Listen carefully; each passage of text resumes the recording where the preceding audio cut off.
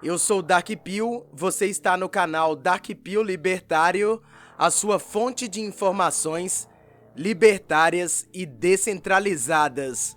Hoje eu vou falar para você, de forma profunda e complexa, 6 características de como os brasileiros causam a marginalização dos movimentos libertários, da contra-hegemonia e tem a ver também com contracultura. Então, se você faz parte desses movimentos, se liga aí que esse material aqui é especialmente para você. Então vamos lá. A marginalização dos movimentos libertários da contra-hegemonia no Brasil é um fenômeno complexo que pode ser analisado a partir de múltiplas perspectivas históricas, sociais, políticas e culturais. Para compreender profundamente esse processo, é necessário considerar fatores estruturais, culturais e institucionais que contribuem para a exclusão ou para a deslegitimação desses movimentos dentro do panorama nacional aqui no Brasil. Agora eu vou falar para você as 6 características do povo brasileiro que causam a marginalização dos nossos movimentos sociais, artísticos, intelectuais e culturais. Eu faço parte desses movimentos também. Primeira característica: o Brasil tem um histórico de autoritarismo e repressão estatal, desde o período colonial, passando pelo regime militar de 1964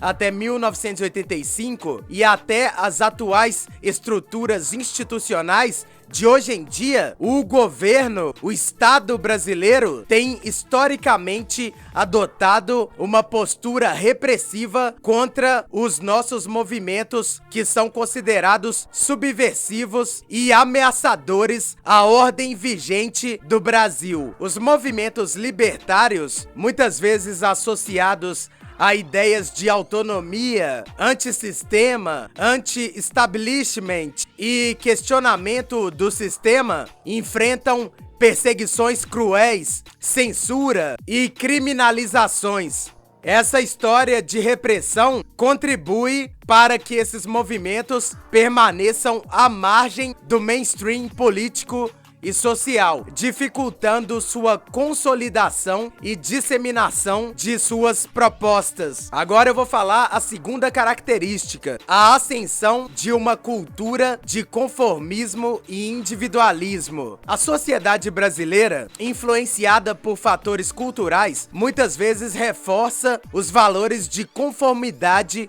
com o sistema e a aceitação das estruturas de poder existentes. O ideal de sucesso individual, o consumo e a busca por estabilidade econômica tendem a marginalizar discursos que proponham transformações radicais ou questionamento à ordem estabelecida. Movimentos libertários como o nosso e o meu, que frequentemente defendem a desobediência civil, a autogestão, a autonomia, podem ser vistos como uma grande ameaça à coesão social da sociedade ou uma grande ameaça contra a estabilidade do sistema dominante. E a sociedade faz uma conspiração contra nós para nos deixar à margem e nos levar a miséria, a pobreza e a marginalização. Agora eu vou falar a terceira característica do povo brasileiro que faz uma conspiração contra os nossos movimentos de contra-hegemonia. Terceira característica: controle da comunicação e dos meios de mídia. A mídia brasileira, majoritariamente concentrada em poucos grupos econômicos, desempenha um papel central na construção da narrativa e na deslegitimação de movimentos que desafiam o status quo. Se você não sabe o que é status quo, eu vou te falar. Status quo significa estado atual. Nós que somos libertários combatemos o estado atual da sociedade dominante para alcançarmos um estado mais libertário. Os movimentos libertários frequentemente têm dificuldades de obter espaço na grande mídia, o que limita a nossa divulgação e impede que as nossas propostas ganhem mais visibilidade, uma visibilidade maior que seja suficiente para influenciar o discurso público. Além disso, a narrativa na mídia é da cultura dominante e da classe dominante, da hegemonia cultural, que tende a rotular os nossos movimentos como extremamente perigosos. Eles nos chamam de vagabundos, eles espalham desinformação sobre o nosso movimento, eles passam informação falsa, eles tentam criminalizar o nosso movimento, e toda essa atitude conspiratória na mídia contribui para a marginalização do nosso movimento. Agora eu vou te falar a quarta característica da conspiração dos brasileiros contra os movimentos libertários da contra-hegemonia.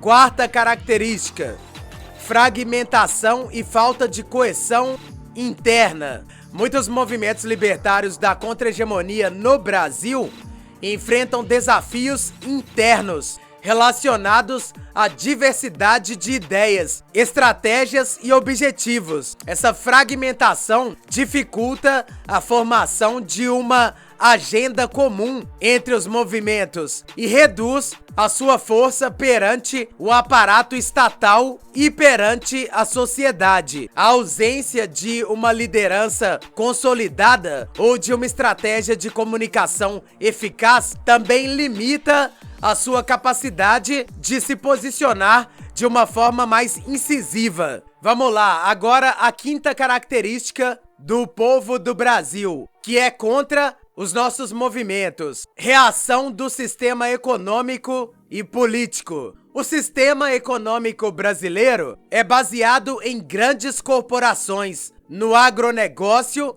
e na exploração de recursos naturais, e ele tende a resistir a propostas que proponham uma alteração radical do modelo de desenvolvimento. Movimentos libertários tipo o nosso, que defendem a autonomia dos trabalhadores, a independência, a soberania popular e a crítica ao capitalismo dos bancos, muitas vezes encontram resistência das elites econômicas dominantes e resistência dos políticos, que preferem manter o status quo para garantir os seus privilégios. Essa resistência se manifesta na repressão, na perseguição, na criminalização dos nossos movimentos, na tentativa de deslegitimar os nossos movimentos, que são totalmente legítimos. O que não é legítimo é o sistema do Brasil, do governo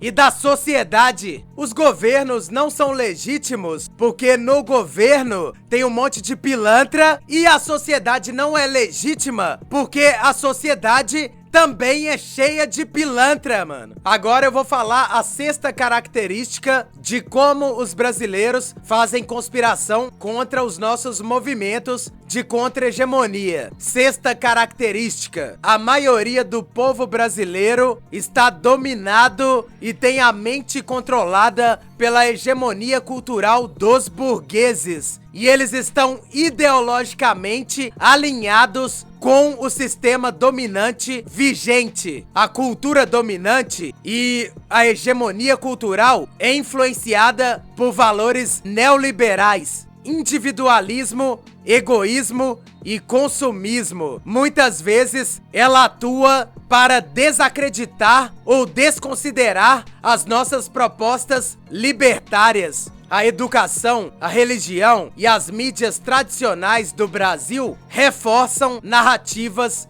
que promovem a aceitação do sistema dominante e dificultam a propagação de ideias contrárias à hegemonia. Então, para finalizar, eu vou fazer aqui uma conclusão. Conclusão final: a marginalização dos movimentos libertários da contra-hegemonia e da contracultura no Brasil é o resultado de uma combinação complexa de fatores históricos, culturais, políticos e econômicos que estão dominando a sociedade brasileira. Esses movimentos de dominação são contra as nossas ideologias libertárias. E o objetivo da sociedade brasileira, quase toda, é nos deixar à margem do sistema dominante, devido à repressão histórica, à dificuldade de acesso aos meios de comunicação, à fragmentação interna e ao impacto